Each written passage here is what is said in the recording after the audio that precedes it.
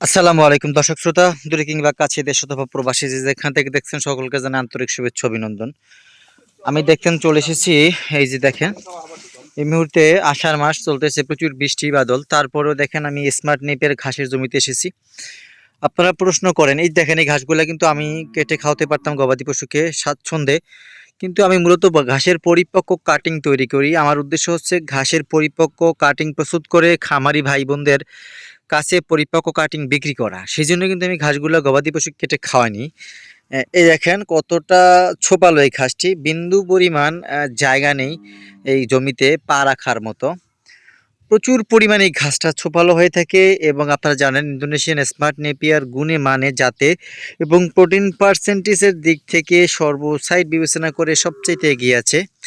এই ঘাসটা আপনি খুবই তাড়াতাড়ি কাটতে পারবেন, কারণ এটা ১ মাসের বেশি প্রয়োজন হয় না একবার কাটার মতো আরেকবারে ফলন পেতে।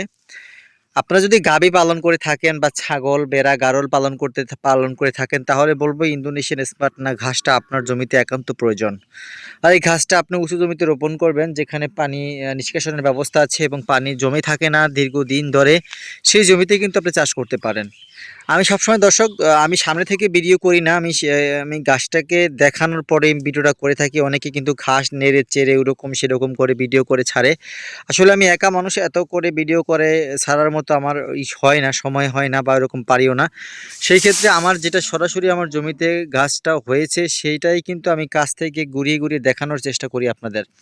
যদি আমার ঘাসের জাতটা আপনার কাছে ভালো লাগে থাকে, ঘাসের ফলনটা ভালো লাগে থাকে, তাহলে আপনিও এরকম চাষ করে ঘাসের ফলন নিশ্চিত করতে পারেন।